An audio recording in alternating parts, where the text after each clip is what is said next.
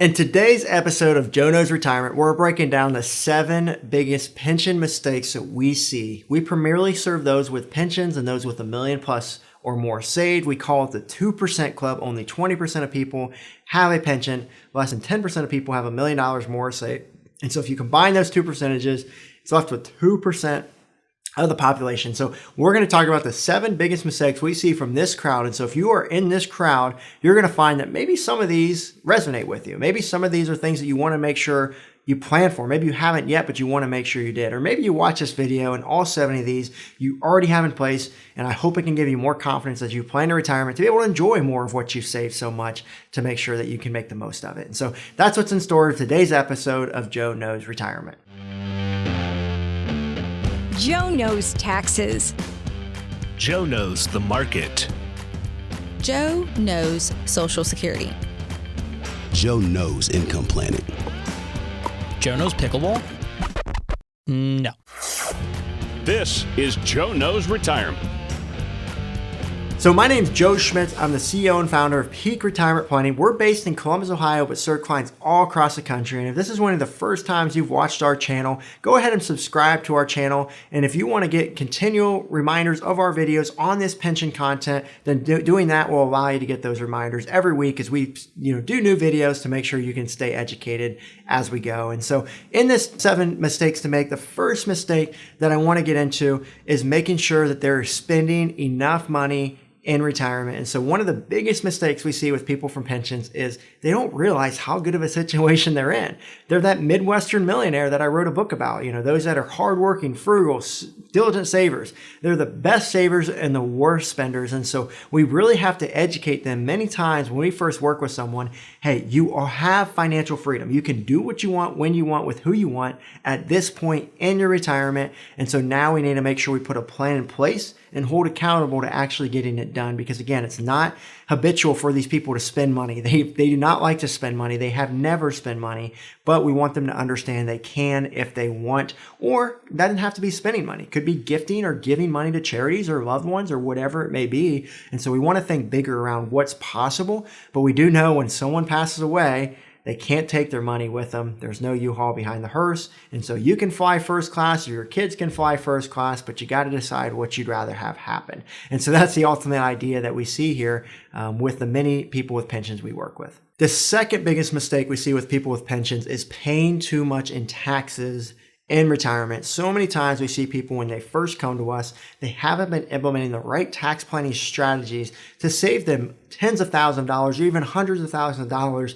throughout their retirement. They've just been leaving money on the table because they don't understand that taxes are going to be the biggest expense in their retirement. And maybe they do understand that, but they don't know what to do about it. And so this is something we really want people to understand with pensions, and especially those who've been diligent savers, because you're going to have the pension income guaranteed. You're going to have your Social Security on top of that, especially with the windfall elimination provision and the GPO going away. And so most people are going to have Social Security now if they were eligible for it during their working years. And so when you have both of those guaranteed incomes and maybe another income from your spouse, whether that's Social Security or maybe they have a pension as well. And so you have all of this piled on top of each other to force you into higher tax brackets. And that's before you even taken out any money from your investments. And so once you take out your withdrawals from investments, it's going to be higher. And you may say, well, Joe, I'm not going to take out withdrawals from investments. I'm going to just keep them letting it grow over time.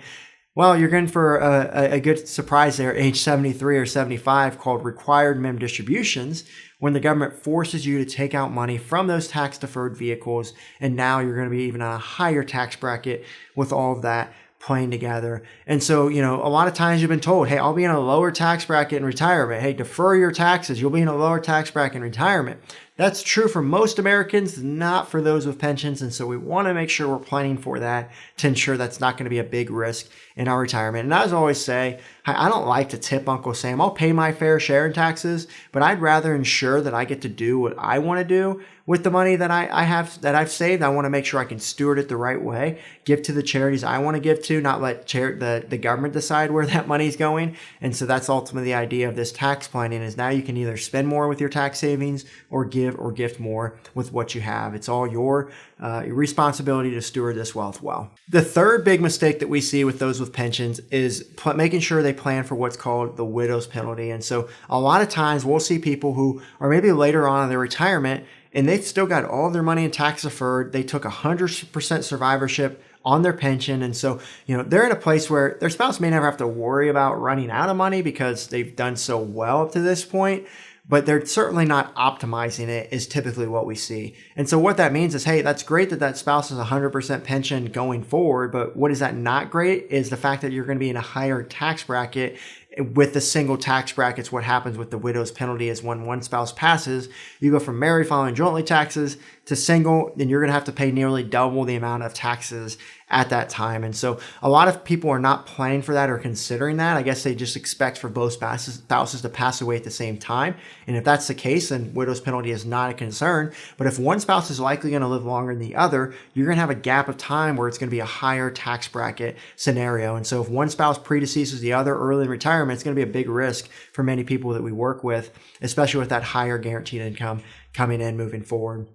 And so not only do you pay more in taxes, but also you have a loss of income because one of the Social Securities go away. But there's some proactive things that you can start doing now while you have these married filing jointly rates to make sure that you can maximize that and before you have single rates in the future. And so on the other side of that is the fourth thing to make sure you're prepared for, and that's for if you want to leave money to your loved ones, maybe your children especially, to make sure that they are set up and have the wealth that they want at that time. And so this is a big mistake that we see people not do the planning required to maximize this gifting, because maybe they should be gifting it now while they're living, because the average age you receive an inheritance is 65. And by that point, they're probably well set up at that point anyways. Would it be impactful to give it to them now, and so that their grandchildren can also benefit from it as well, to make sure that you're not just giving them a lump sum at the end of time when it's just not going to be as maximized. And so that's one thing to think about. But then also to think about it from the tax planning side of it. If you leave all of your IRA, as an example, to your children, when you pass, they have to now take it out in 10 years. They used to be able to take it out over their lifetime. It's called a stretch IRA. That rule changed just recently, and now they're required to take that out over 10 years, and that could force them into higher tax brackets in one of the most highest income earning years or years of their life. And so that's something that people want to get ahead of, just as they want to get ahead of it for the widow's penalty, as we just talked about. And so those last 3 points we talked about really lead to the fifth biggest mistake that we see is not considering or thinking highly enough about a Roth conversion at this point in their life. And so a Roth conversion is a very unique strategy for this crowd.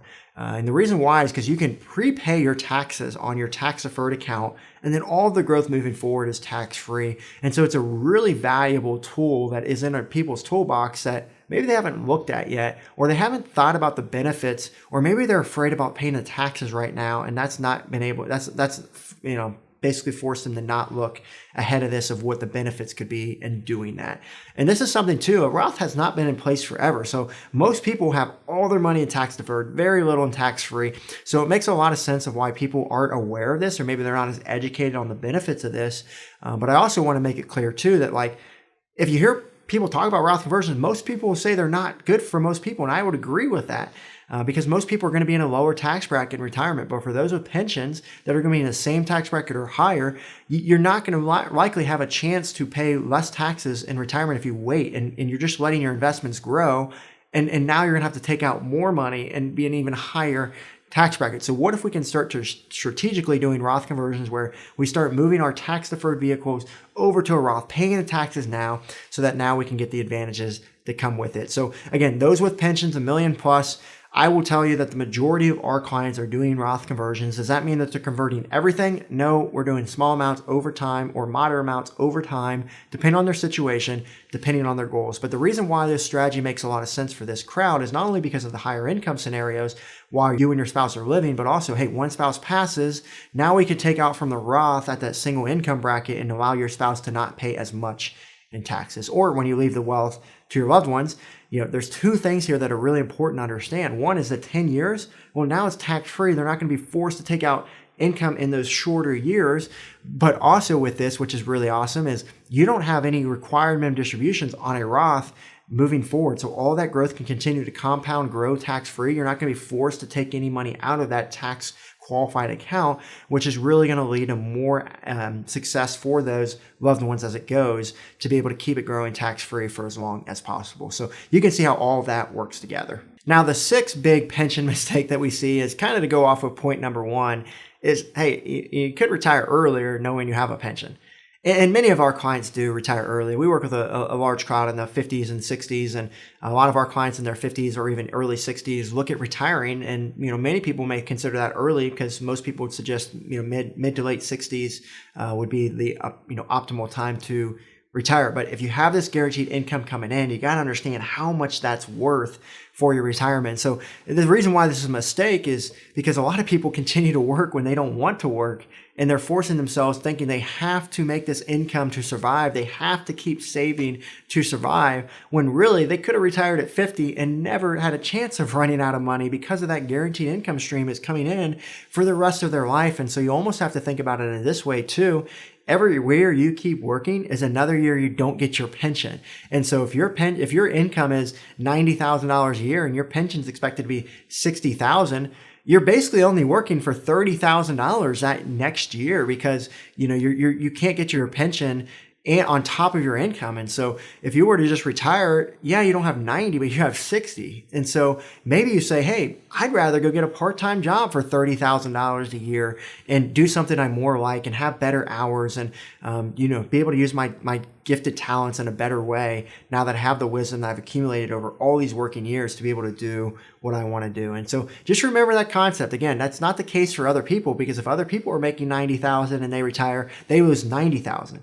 You may only be losing $30,000. And so you just have to depend on what your numbers are. And we've seen pensions even as high as 80 to 90% of their income. And at that point, it's like, hey, I mean, with all the stuff that you're, still having to pay into, it's probably not going to make sense to do that moving forward as well. And I also want to make sure I educate further on this too, so it's not just feeling like people have to retire. If you enjoy the work you do, keep working. I'm just letting you know of the opportunities and what's out there. But one of the things we see most is that we're not meant to retire and live a life of leisure for the next 30, 40 years. And so we really always want to educate our clients is, hey, you don't have to keep working, but make sure you still have some sort of purpose that you're going to do and get up in the morning to make sure you've got a plan for. And now early on in your retirement, maybe for the first month or 2 months or 3 months, hey, if you want to live that life of leisure, take that break, reset, make sure that you can live that second part of your life in a very aggressive and fun way. Hey, take that break. Make sure you can take advantage of that while you have it. But we do want to make sure people understand that what are you going to do when you do retire, because a lot of people get a little bit lost at that time because they haven't thought that out fully. Now, the seventh biggest pension mistakes that we see is not running your pension options when you retire. So if some of you have already retired, you've already done this, you can't necessarily change it. But for those who are not yet retired or getting ready to retire, then this is something you want to make sure you don't just blitz through. You want to make sure that you run your options on your lump sum options. Can you take a partial lump sum? Can you take a full lump sum? Also, you want to run your numbers on the survivorship options. Do you want to take a 25% or a 50% survivor, 100%, or maybe none at all? And so this is something that we see people, they don't maybe think through it enough, is when we see the biggest mistakes. Now, the majority of people we see, obviously, they're seeking us out for this help, knowing we specialize in this, knowing we have the software, the tools to help make sure we are optimizing this decision so that we're not just guessing on these decisions. We want to make sure we actually have the facts and numbers behind it to determine if the partial lump sum or not makes sense. Because a lot of times we'll run the numbers and we'll show that taking the lump sum is a no-brainer to do in most cases. Whereas other times, hey, this pension option is so generous that we have to take the monthly payout for ongoing, and the lump sum options that they give us is just not going to be attractive enough. But if you don't run those numbers, most people can't see and say, hey, I can either get a $200,000 pension a year or I can get $2 million. Most of them don't understand how to know what is best. How do you know which one's going to pay out over time? And there's so many factors and variables that are associated with that. And so that's what we really want to educate clients of is, hey, run your numbers, but also understand the pros and cons of each of these options. And when it comes to the survivor option, we have many clients that don't choose any survivor option. And you may think, well, they must not care about their spouses. No, they absolutely love their spouses, but they're doing it in a different way. They've either self-insured from saving so much. Maybe their spouse has a pension. Maybe they have life insurance that can help, make sure they have the extra coverage needed to fill in for that pension if that were to occur. But you have to understand with the survivorship options, those are very expensive in most cases to add on. And so if you want 100% survivorship for that spouse, you're going to have to pay a generous amount on that to be able to get that moving forward. Now, that's not a reason to not do it.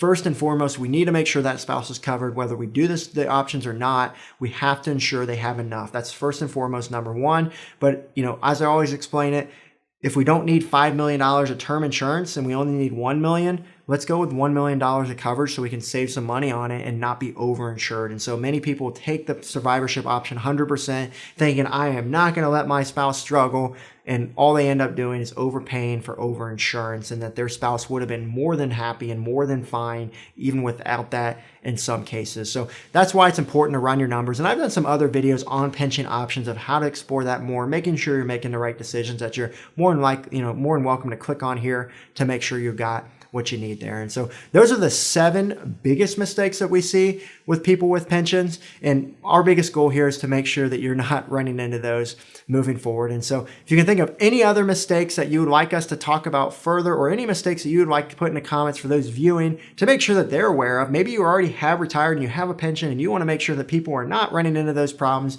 This is what this community is all about, is helping each other grow, helping us understand what is needed in retirement with a pension to live that with the most fulfillment. And so if you like these videos, go ahead and subscribe to the channel, and we'll see you on the next one of Joe Knows Retirement.